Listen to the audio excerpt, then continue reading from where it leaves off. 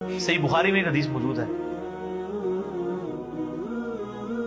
ابو موسیٰ اشعری کہتے ہیں کہ ہم ایک باغ میں بیٹھے ہوئے تھے، اتنے میں باغ کے دروازے پہ دستک دی۔ نبی علیہ السلام نے فرمایا کہ جو کوئی بھی ہے نا دروازے پہ اسے جنت کی بشارت دے۔ کہتے دروازہ کھولا تو سیدنا ابوبکر رضی اللہ تعالیٰ اندر آ گئے، تھوڑی دیر بعد پھر دستک ٹھک ٹھک، آپ فرمایا اب بھی جو آیا نا اسے جنت کی بشارت دے۔ دروازہ کھولا سیدنا عمر، پھر تیسری دفعہ جب دستک ہوئی تو نبی علیہ السلام فرمایا اب جو کوئی آئے نا اسے جنت کی بشارت دو، لیکن ان مصیبت اور پریشانیوں کے ساتھ جن سے اس کو گزرنا پڑے گا۔ تو کہتے ہیں میں نے دروازہ کھولا تو حضرت عثمان تھے، اور میں نے کہا کہ رسول اللہ نے آپ کے بارے میں یہ کہا کہ جنت ہے لیکن آپ کی جنت تکلیف کے ساتھ جڑی ہوئی ہے۔ تو انہوں نے کہا میں اللہ سے مدد مانگتا ہوں ان فتنوں کے اگینسٹ۔ اسی کا ایک طریق صحیح بخاری میں، اس میں اسی طرح یہ الفاظ ہیں، پہلے حضرت ابوبکر آئے پھر حضرت عمر آئے، اور اس میں یہ الفاظ ہیں کہ نبی علیہ السلام ایک کنویں کی منڈیر پہ بیٹھے ہوئے تھے۔ پرانے زمانے میں وہ کنویں ہوتے تھے نا، ابھی بھی آپ دیکھیں نا بڑے کنویں ہوتے ہیں، قلعہ اور طاس میں بنے ہوئے ہیں، تو اس کی وہ جو باہر منڈیر نکلی ہوتی ہے نا دیوار چھوٹی سی، اس پہ آپ علیہ السلام بیٹھے ہوئے تھے۔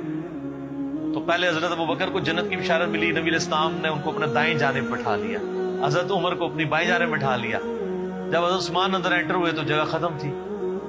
تو حضرت عثمان نبی علیہ السلام کے سامنے منڈیر پہ آ کے بیٹھ گئے۔ تو راوی حدیث کہتے ہیں کہ میں نے اس حدیث سے رزلٹ نکالا ہے کہ ابو بکر عمر کی قبریں رسول اللہ کے ساتھ بنے گی، اور حضرت عثمان کی قبر نبی علیہ السلام کے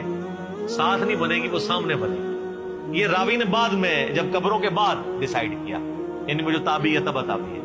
اور سر واللہ سیدنا عثمان کی قبر نبی علیہ السلام کی قبر مبارک کی سیدھ میں، بالکل سیدھ میں بقیع غرقد قبرستان کے اندر موجود ہے۔ اور چاند ایک قبریں جو باقی ہیں نا اس وقت اپنی صحیح فارم کے اندر سنت کے مطابق یہ ہے، یعنی وہ بہت اونچی نہیں ہے، ارد گرد وہ پتھروں کی فصیل بنی ہوئی ہے چھوٹی سی، وہ ایک بالش جو اجازت ہے صحیح بخاری میں اونٹ کی کوہان جتنی، اور بالکل ڈومیننٹ جگہ کے اوپر ہے، وہ سامنے وہ ارد گرد اس کی کوئی اور قبر بھی نہیں ہے، ڈومیننٹ جگہ پہ۔ پہلے تو خیر سلطنت عثمانیہ کے دور میں مزار بھی اس پہ بہت بڑا بنا تھا، آپ کو پرانی تصاویر مل جائیں گی 1886 کی، وہ تو پھر سعودی حکومت نے توڑوائے، ظاہر ہے وہ خلاف سنت مزار بنے ہوئے تھے۔ تو وہ یعنی سیدنا عثمان کی قبر بالکل صحیح سنت سے چلتی آ رہی ہے۔ اور یہ چونکہ حدیثیں میں نے پڑھی ہوئی تھی نا، میں نے کافی دفعہ سیدنا عثمان رضی اللہ تعالیٰ عنہ کی قبر مبارک پہ اشک بار آنکھوں کے ساتھ حاضری دی ہوئی ہے الحمدللہ۔ تو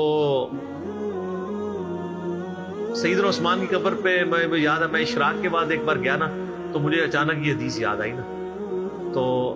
میں نے یعنی وہ قبر کے پاس کھڑے ہو کے روضہ شریف کی طرف دیکھا نا تو بالکل ایگزیکٹ سیدھ میں وہ قبر ہے۔